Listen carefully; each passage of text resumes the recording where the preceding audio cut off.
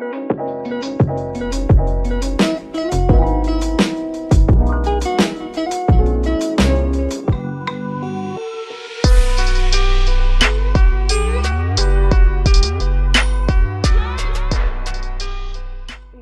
morning sa lahat dyan. Magandang umaga sa lahat. Today, walang pasok ako. So, kaya mag-tidy up ako sa cupboard namin dito. I'm gonna put something in the cupboard. Lalagyan pang paper dito para hindi ma-stain yung cupboard. Kasi white na white. So, yan. I'm gonna do this. So, ang gulo-gulo. Samahan niyo akong mag-tidy up.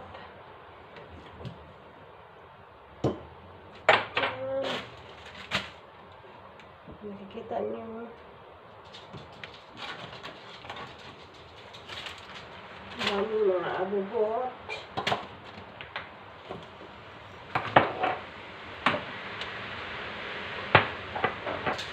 Hindi na po naputi, nakilikele. Nakita nyo. Empty. Walang laman yung peanut butter. Walang laman. Tapos nilagay. Ano ba yan? Tingnan nyo kung anong nakita ko sa cupboard. May lutong bahay na salted shrimp tayo. So, yun. Ito yung pang lunch ko ngayon. Kasi hindi pa ako nag-breakfast at lunch. So, kakain ako ng brunch. At saka may leftover kaming nag-take away ng pizza yung asawa ko. So, yun na lang kakainin ko for lunch today. Lagyan ko ito ng lemon. Kita niyo yan, guys. So, ang gulo-gulo na yan. So, ita-tidy up natin yan later. So, yan. Mag-ano ako ng lemon at saka lutong bahay na shrimp for my lunch. Ang sarap-sarap nito. Tingnan nyo. Squeeze lang natin dyan. With lime. Yum, yum. I'm very, very hungry na. Kasi hindi ako nag-lunch. Hindi rin ako nag-breakfast.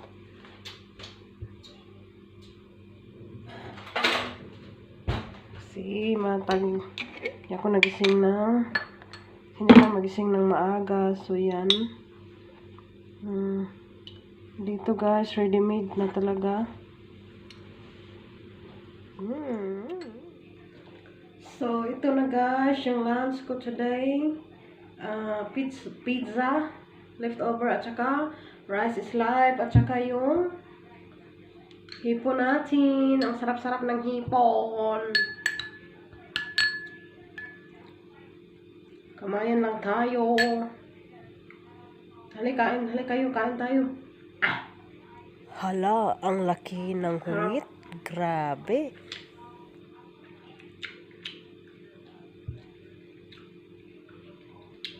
Nag-umpisa ko lang ng gawaing bahay, guys. Pero gutom ako kasi hindi ako nag-breakfast at tsaka brunch at breakfast at lunch. Kaya ako nakita niyo nung dati kong mga videos is like puro pasarap yun, mga holiday. So ngayon, ang totoong mga gawain talaga dito talaga guys, hindi talaga puro pasarap lang. May dami din mga problema, pero depende din sa atin kung paano natin i-handle yun. Kasi nakaka-stress, nakaka-depress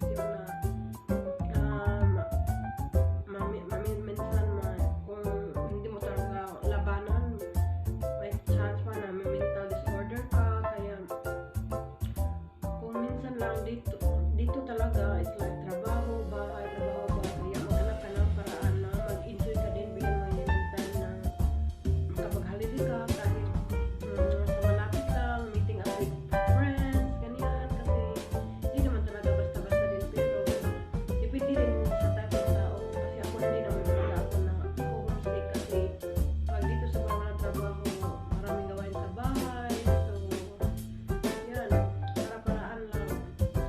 Tsaka mamaya pupunta ko doon sa ibaba kasi i-check ko yung mga kagamitan ko. Okay?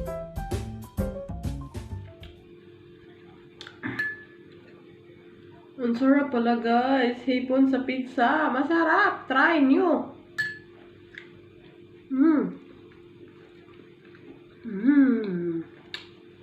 Sana makalit kayo, kain kayo. Sana nabigyan ko kayo.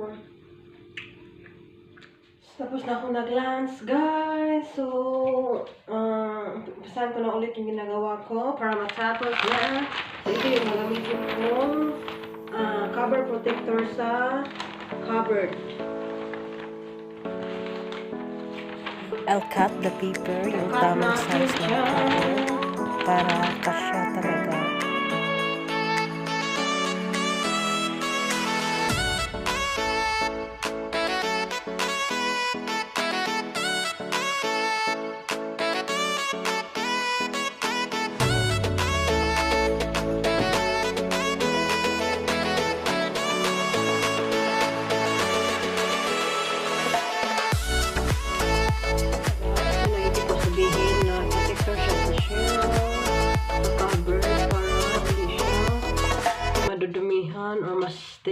Mas stain. So, it's a good idea. Talaga na yan. Kung gusto nyo, ito yung gawin nyo sa cupboard nyo para i-protect nyo yung cupboard nyo. Lagaan nating maayos. So, tsaka ibabalik ko na yung mga food. There you go, guys. That's the way it is. Like this. I put the cover on para hindi siya ma-scratch yung cupboard. So, there you go.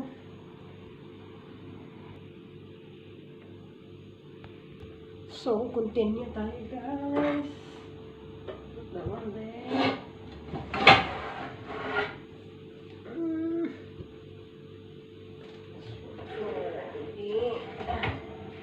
We use this one for the roast. Porky. Need to clean it.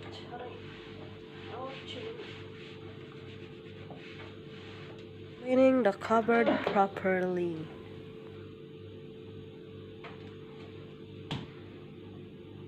Kailangan linisin ng mabuti ang cupboard.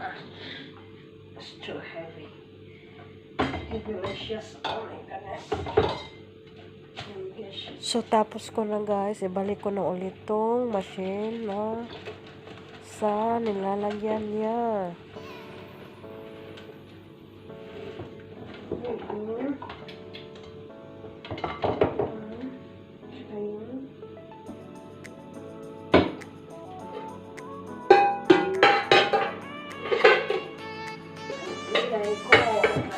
So hello guys, natapos na ako sa ginagawa ko sa kitchen. So punta na naman ako downstairs sa ibaba kasi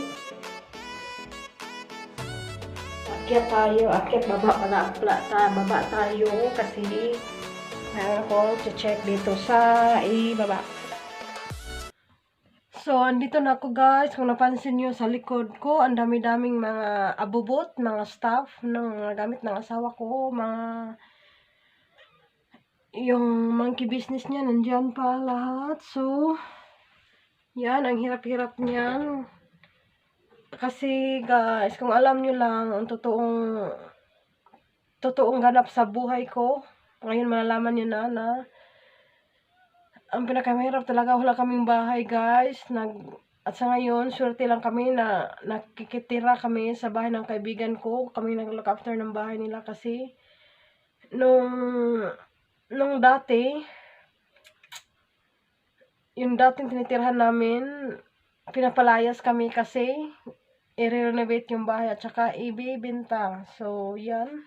So, yan guys. Sa totoo talaga, hindi basta-basta talagang magandang buhay dito sa Australia. So, sa akin lang experience ha. Hindi ibig sabihin na naminyo ka og foreigner, dato ka na, hayahay ka na, dili gyud in town guys. Depende sa sitwasyon. Kaya nga kung bana guys, nagyan yung bagyong divorce. So, kaya nagumpisa kami sa unang talaga kaming dalawa. Wala siyang bahay. Wala siya bahay kasi dire kung maagian mo bagyong divorce, so devastated talaga din ang buhay nyo. So, kaya ngayon, ay, problema, wala kaming bahay. So, tapos ang dami-dami pang mga gamit namin. Tingnan mo yan. Gamit dito, kalat doon. So, I'm very thankful sa aking mabait na kaibigan Alam mo na kung sino ka. Thank you very much sa pagpatira namin sa amin. At saka nakikigulo kami sa mansion mo. So, kailangan talagang mag-tidy up kasi ang daming kalat dito. Nahiya naman ako. At saka, pag tinitingnan ko lang guys, so yung utak ko lumilipad na kasi ang dami-dami nito. So, yan. Buhay dito. Hindi puro pasarap. So, ngayon guys, maghanap ako ng yan, tingnan mo yan. For sale, para binta yan. Baka may gustong bumili niyan. Bilhin nyo na para makabili ako ng bahay. Ang daming kalat abubot dito. Tingnan nyo. So, di ngayon, titingnan ko kung anong laman itong box na to. Kasi mga daming pagkain dito. So, tingnan natin kung anong meron dito. So ito na guys, titingnan ko kung anong laman sa box na to. Kasi dati naming bahay, dami kaming mga pagkain na nasa cupboard namin. Tapos nang lumipat kami, nilagay namin sa box. At ngayon, titingnan natin kung pwede pa ba. Kung okay pa, kasi pag expired na, itapon na natin. So yan ang box. So ang puno-puno niyan. So ngayon, tingnan natin. Let's have a look, baby. So yan. Here's Foxy with me, guys. Alive teddy bear. Si Foxy. He's gonna help me. Kasama ka siya. So tingnan natin yung mga expire na. So yan. Chicken cacciatore.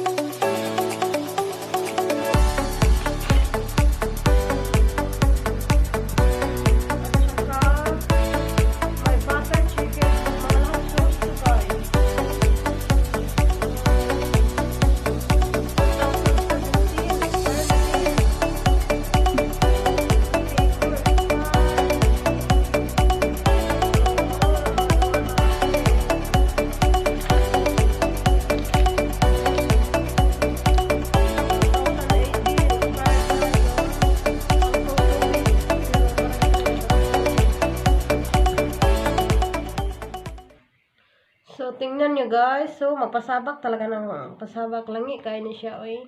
Magpasabak-sabak, mangyod. Sabak, yun siya. Nga nanin, yun siya bataan ni. Nga, bibidog ni. Nga, mas magsabak, gid. Let's have a look. So, nagyapon guys. Expired na. Expired. So, nakapagliho ka ni. Nga na, may isa ka nilalang na magpasabak-sabak. Ano, magpasabak man eh. Hey? What you been doing there? Huh?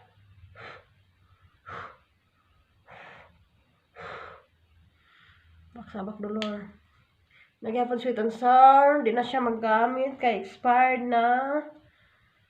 So, wala akong choice, guys. Itatapon ko na to lahat. Kasi, wala na. Hindi na tayo pala pwede gamitin. Kasi 2015, 2018, baka malanag tayo pagkainin natin to. So, yun.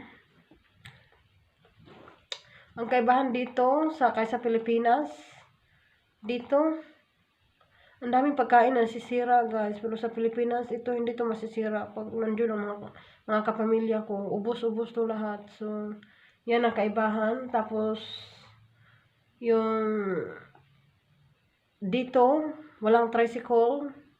So, kailangan mag-drive. Sa Pilipinas, ang dami sasakyan. Okay lang kung hindi ka marunong mag-drive kasi may mga choices ka.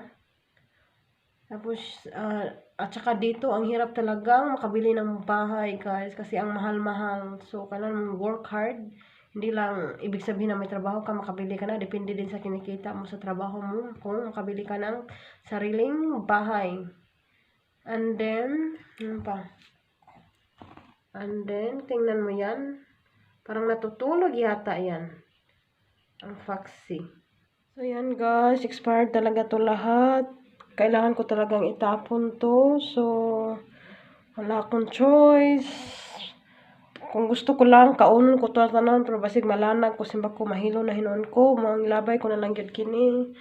Sayang jud kaayo gyud wala na bantay nga na-expire jud ay siya kung ipadara lang sulod na sa box. So lesson learned sa sunod bantayan kung unsa ang ipamalit kay dapat dili mang expired. So look at the expiration guys. So that's it.